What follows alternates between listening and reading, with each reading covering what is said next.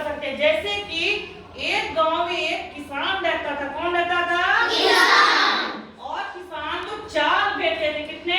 4। चारों बेटे हमेशा आपस में लड़ते झगड़ते रहते थे और घर में भी कोई काम नहीं करते थे और ना ही अपने पिता का खेत में हाथ बटाते थे, जिसके कारण किसान हमेशा परेशान रहता था कि अगर मेरे बेटे इसी प्रकार हमेशा लड़ते झगड़ते रहेंगे तो आने वाले भविष्य में मेरे बेटों का क्या होगा। किसान पूरे दिन चिंता में भी रहता था और साथ साथ अपने खेत में काम भी करता था।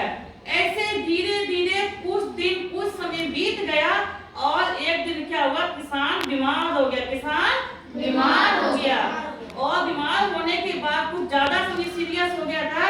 सोचने लगा कि अगर मेरी मृत्यु हो जाएगी तो मेरे बेटों का क्या होगा, क्योंकि वो तो हमेशा आपस में लड़ते झगड़ते रहते, कोई काम नहीं करते हैं, किसी में भी आपस में प्रेम भाव नहीं है। तो किसान ने एक उपाय सोचा उन्हें सुधारने के लिए। उन्होंने क्या किया, लकड़ी के गट्ठर मंगाए और लकड़ी के गट्ठर को अपने पास में रख लिए और पास में ही एक एक करके 4 लकड़ियां भी रखी। कितनी लकड़ियां? 4। क्योंकि किसान को 4 बेटे थे, इसलिए 4 लकड़ियों को उन्होंने अलग रखा और एक गट्ठर को पास में रखा। फिर किसान ने अपने बेटों को बुलाया और बुलाने के बाद किसान बोलता है, कैसे करो कि तुम एक एक लकड़ी को उठाओ और इसे तोड़कर दिखाओ। एक एक लकड़ी उठाओ, उसे तोड़कर दिखाओ। तो चारों बेटों ने क्या किया, एक एक लकड़ी को उठा लिया और एक एक लकड़ी को क्या किया, तोड़ दिया। किसान ने कहा बहुत अच्छा, ठीक है, फिर ऐसे करो, अब तुम लोग इस गट्ठर को उठाओ और इस गट्ठर को तोड़ के दिखाओ। क्योंकि गट्ठर में लगभग 10-15 बहुत सारी लकड़ियां थी तो उसको तोड़ना आसान नहीं था।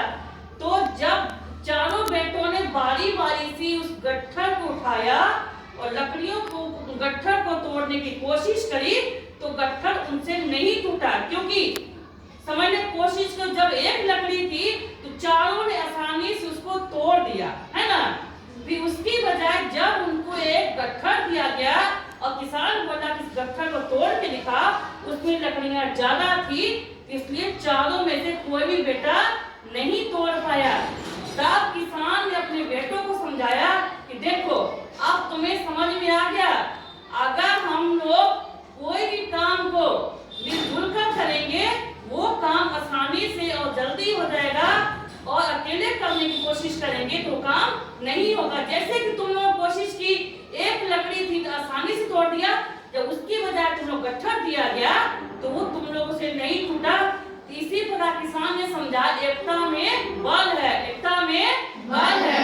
कई बार ऐसा होता है कि हम कोई काम को एक आदमी नहीं कर सकते, ठीक, किसी काम को एक आदमी नहीं कर सकते हैं, उसकी बजाय अगर 4-5 मिल जाए, टीम बन जाए तो उस काम को आसानी से किया जा सकता है, क्योंकि उसमें एक से अधिक मेंबर हैं और एक साथ मिलकर काम करें, एकजुट मिलकर काम करें। इसीलिए कहा गया एकता में बल है। कहने का मतलब इस कहानी से हम लोग को प्रेरणा मिलती है कि हमेशा मिलजुल कर रहना चाहिए, हमेशा मिलजुल कर रहना चाहिए, हमेशा मिलजुल कर काम करना चाहिए। वो काम जल्दी होता है और हम लोग उसको जो नहीं जानते वो सीखते हैं और इसमें आपस में प्रेम भाव भी बना रहता है।